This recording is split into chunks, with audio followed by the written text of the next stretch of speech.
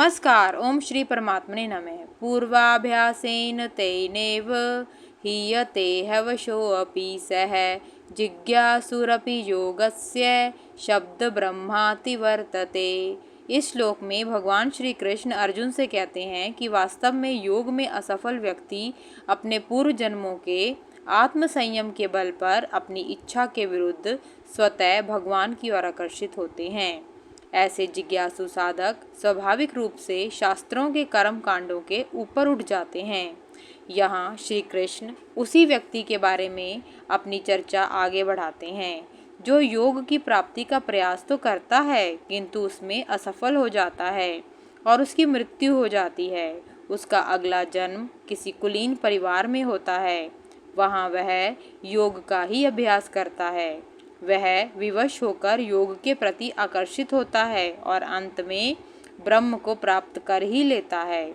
यहाँ पर हमें ठीक प्रकार से समझ आ जाता है कि योग की प्राप्ति में व्यक्ति जो भी प्रयास करता है वह प्रयास नष्ट नहीं होता।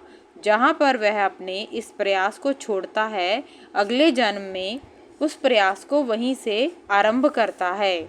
इस प्रकार वह आत्मज्ञान में प्रगति करता हुआ अंत में ब्रह्म को प्राप्त कर लेता है। किंतु ऐसा क्यों होता है? जब मनुष्य योग से संबंधित प्रयास करता है तो वह इससे संबंधित संस्कारों को अपने भीतर विकसित करता है। हमारे संस्कार हमें योग में प्रगति के लिए प्रेरित करते हैं। जब मनुष्य की मृत्यु होती है तो उसका स्थूल शरीर नष्ट हो जाता है किंतु सूक्ष्म शरीर नष्ट नहीं होता। सूक्ष्म शरीर नए स्थूल शरीर से जुड़कर अगले जन्म में प्रवेश करता है। हमारे संस्कार हमारे सूक्ष्म शरीर का भाग होते हैं। नए जन्म में पुराने संस्कार साथ जाते हैं। इसलिए प्रत्येक व्यक्ति के संस्कार व व्यक्तित्व भिन्न होता है। ऐसा इसलिए होता है क्योंकि प्रत्येक व्यक्ति के पिछले संस्कार होते हैं। आत्मज्ञान से संबंधित प्रयास कभी व्यर्थ नहीं होता। आगे चलकर सृष्टि हमें ऐसी ही वातावरण को प्रदान करती है जिसमें हम पुराने संस्कारों को विकसित कर सकें। जीवन का मूल उद्देश्य आत्मज्ञान की ओर प्रगति करना है किंतु आत्मज्ञान की ओर प्रगति नहीं की तो प्रकृति हमें उस तरफ ले जाएगी जिसके कारण मनुष्य को कई बार मानसिक द्वंद्व का सामना करना पड़ता है। वो व्यक्ति जो आत्मज्ञान की ओर प्रगति नहीं कर रहे वे संसार में फंसे रह जाते हैं।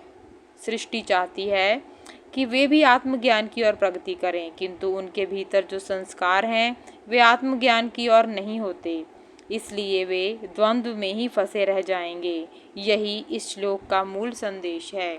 मेरे प्रिय मित्रों, यदि आपको मेरे द्वारा की गई इस श्लोक की व्याख्या अच्छी लगी तो कृपया इसे अपने प्रियजनों एवं मित्रों से साझा करें और मेरी वीडियो को लाइक, सब्सक्राइब एवं शेयर करें। ओम नमो भगवते वासुदेवाय नमः।